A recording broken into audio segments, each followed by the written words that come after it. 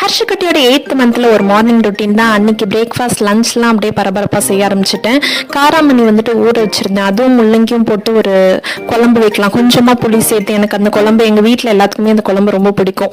அது அப்புறம் ரசம், அப்புறம் காலையில் இட்லி, வெங்காய சட்னி, இந்த மாதிரியான மெனு தான். புளி ரசம் வைக்கிறேன்னா தக்காளி வந்து ஒரு வெதுவெதுப்பான தண்ணியில் போட்டு வச்சு அது கரைக்கிறதுக்கு வந்து ஈஸியாக இருக்கும். சனிக்கிழமை எடுக்கிற வீடியோ அன்னைக்கு ஹஸ்பண்ட் வந்துட்டு ஆஞ்சநேயர் கோயில் கிளம்பிட்டாங்க குளிச்சுட்டு. ஹர்ஷகுட்டியும் வந்துட்டு ஏந்திரிச்சிட்டான்.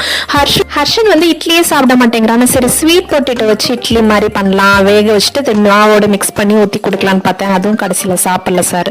ரித்வா சில சமயம் பார்த்தீங்கன்னா சூப்பராக ஹர்ஷகுட்டியை நல்லா கொஞ்சிட்டு அழகாக விளையாடுவான். பார்க்கவே வந்து ஆசையாக இருக்கும். அது சில சமயம் தான். மோஸ்ட் ஆஃப் த டைம்ஸ் வந்துட்டு ஹர்ஷகுட்டி என் கண்ணை குத்திட்டான், என்னை உதச்சிட்டான், நான் எடுக்கிறதே அவனும் எடுக்கிறான்னு ஃபுல்லாக கம்ப்ளைண்ட் தான். அவன்கிட்ட ஏன்டா அவன் குழந்தைட்டு அவன்கிட்ட ஏன்டா போட்டி போடுறேன்னு சொன்னா அவெல்லாம் காதலே வாங்க மாட்டான். இப்படிதான் நடக்குது. உங்க வீட்லயும் இப்படி நடக்குமான்னு சொல்லுங்க. ஓகே, நாளைக்கு வீடியோல சந்திக்கிற வரைக்கும் பாய்.